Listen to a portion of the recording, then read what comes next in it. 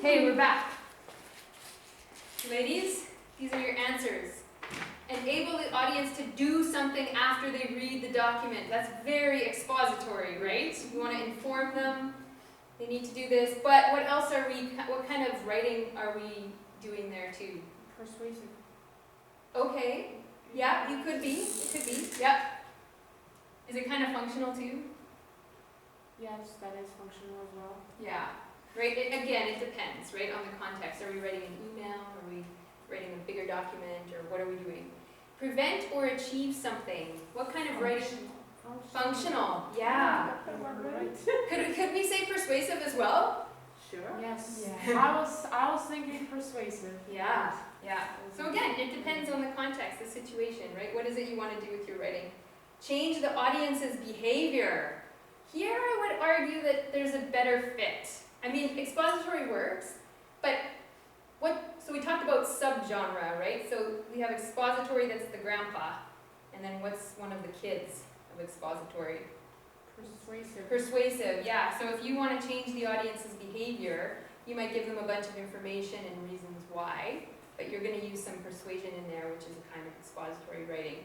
Could you also do descriptive analysis? Sure. I was thinking too. Yeah. Oh, Yeah. okay. Yeah, I mean, yeah, it's so not cut and dry, right? And I think this is the important thing about writing, is that writing is a creative process, right? So it's not like we have to fit ourselves in boxes. I mean, with functional writing, yeah, we kind of do. We have to fill out the form. We can't like come up with very creative answers, although my husband always does. He signs his name as, I don't know, Blue Bombers or whatever, but you're not supposed to with functional writing out there, okay? Don't be creative. But the rest of this writing, it's creative, right? And that's why we're talking about all this pre-writing stuff, is because it's a process. It's a creative process. And the more we think about these things before we write, the better our writing will be. And people will be able to understand our writing and why we're writing. If we ourselves have a clear idea, okay? Give the audience information. Expository. Yeah, you're informing. Gather information about the audience. Oh, gather information about the audience, and this is gather information from the audience about other things. Both are related to research, right? Does that make sense? Yeah? Okay. Yeah. All right. So flipping back to our checklist, just to keep me on track, that was handout number 2, why write? So that was this one over here. Now we're getting into this one, getting ready to write. So this one was a little booklet looking thing that looked like this. For all of you out there, everybody has it? Yes. Be honest, who did the reading leading up to the activities? Did you guys? I did. You guys did? Did you started? Did you find anything in there that was helpful? I marked some stuff. What did you mark, Anna? Organize throughout. Take a piece of paper and write. The second paragraph, it's a very important one. I don't know if you want me to read the Sure. whole one. What does it say? In other cases, you may want to write may be formal as a business report about what you have accomplished during the past year. You need to think more about a few seconds about what you want to say, Yeah. and you probably would want to organize your thoughts and on paper before Yeah. you start reporting. Yeah. This I think that's a big one. it's huge, and Yes. you guys are awesome. Look, I have that highlighted on my thing. Yeah. It's so huge because I it just gives. marked it with a It's pen. just, it's so good because it talks about, yeah, like if you write a note like to your husband or your partner or whoever you're with or whatever, your kids, and say, put the casserole in the oven, you don't do any planning for that. You just jot it down. Your spelling could be horrible, yada yada. There's my yada yada again. That's my word for the day, yada yada. But if you want to write a formal business letter, oh my goodness, this is big time, right?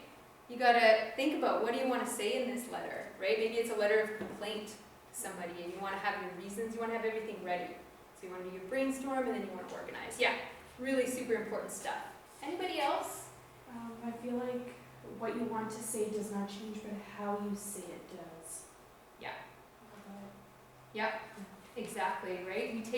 If we take time to go through the writing process, what we're doing is we're really working hard to produce a really great piece of writing that people can follow. We all know what it's like to read something that's not well written. It's really hard to stick with it and read it, right?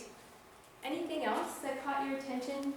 Other two people, checked shirt and black shirt. Anything else? Well, then the next step, there's the process of writing. Writing is a step-by-step process, and Yeah. I kind of thought that was really. Yeah, we go back to our tower, right? Yeah, what about this one? Did anybody highlight or underline anything, and what about grammar? What you write comes from inside of you. Okay. Thoughts, feelings, opinions, memories, Yep. and observations. Yeah. Totally, right? Then we can connect. If we can connect to what we're writing, it makes it a lot easier. Yeah. That's why we're trying to always start in this course with, writing things that are familiar to you. I Yeah. think it helps with your audience too. For sure. Connects you to them. Yeah, and I think we could all say that a reader can tell if the writer is connected to their topic, Yeah. right? If they're not connected, they don't feel it in their writing, the tone, right? I have something underlined or highlighted in here. Can anyone guess what it might be? Grammar and spelling are important, but not as important as taking the first step of putting something on paper, right? That's what brainstorming and organizing really helps with. It helps us just get it onto the paper, and then we worry about that first draft after, but we don't worry about spelling and grammar at that point. If we stop ourselves every time we don't know how to spell something, we will not get our ideas on the paper. If we stop and question every single thing we write, we will not be writers. We won't get anything down. Yeah. Anything else? I really like something right at the bottom of the page. See if you guys can predict what it is that I like right at the bottom of the page.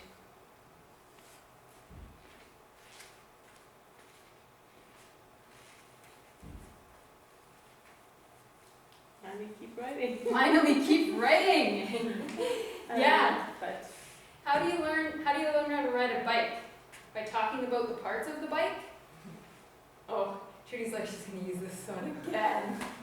Or by actually getting on the bike and riding the bike and falling and all that kind of stuff, right? So if you well, just that last paragraph, Yeah. I think it's kind of yeah, it's all important. Right? important. Yeah. Yeah, the more you write, the more comfortable you become with your own writing, the more it will improve. It's like anything, right? I was actually thinking about this as I went for a walk yesterday. I was looking at the geese and they were practicing for their flight south, and I thought, they don't just pick up and just head out as much as they probably want to. They practice a lot before they go. No goose, however stupid they might be, their crap on your yard or whatever, they still practice. They don't just get up and fly, right? You don't just write a business letter. You don't just write a research report. All right, okay. And then on the next page, they have those 3 important points at the top there that we talked about when we're talking about tower, about thinking and organizing. What is my topic? Why am I writing about this topic? Whom am I writing for? Knowing your purpose before you start, yada yada. Okay, but we don't have tons of time, so I'm going to keep us rolling along. And there it just gives us, again, a little bit of an overview of our different purposes or types of writing. So this informative, we've been using a different word for informative. What word have we been using? Expository. Expository. Yep. Same thing, same shirt, just a different color. I just have a quick question. Yes, please. I have to go. Okay. But I'm done all of this. You are, okay. So can I just hand it in? Leave me your package. Yep, I'll usually have my inbox on that. That's where I have it right now. In that classroom. Yeah, for sure. There's a little black basket. Okay. You can put it in there. Is there another package? There will be another package on Monday. Oh, okay. So when you come on Friday, what I'll do is I'll try and go through that before we meet. Yeah. And then I'll let you know how things are going, and you can let me know how things are going. Okay. Yeah, and we'll go from there. Okay, well that leaves you guys to answer all the questions. Oh boy. So I've got a bunch of sticky notes here, so no one's going to know if you answered correctly or incorrectly. So you see there's 8 questions there that talk about knowing your purpose. I have 8 sticky notes, so it's gonna be 4 and 4, because Presley's jumping ship on you. I mean, the girl in the black shirt is jumping ship. So you guys, I'm gonna hand you these little sticky notes, and you're gonna put the answers you had on these sticky notes according to the number of your question, and then you're gonna come here and stick it beside the number. And we won't look to see where you're sticking it, so we won't know if you had the right answer or the wrong answer. Does that make sense? So you have these numbers and you have these numbers, but nobody knows that these are your numbers. Okay? Okay? There you go. Monday and Fridays I will be here till 12, Okay, except for Wednesdays. sounds good. Yes. Have a good one. You too. Take care. So then that one, next door. Yes, right.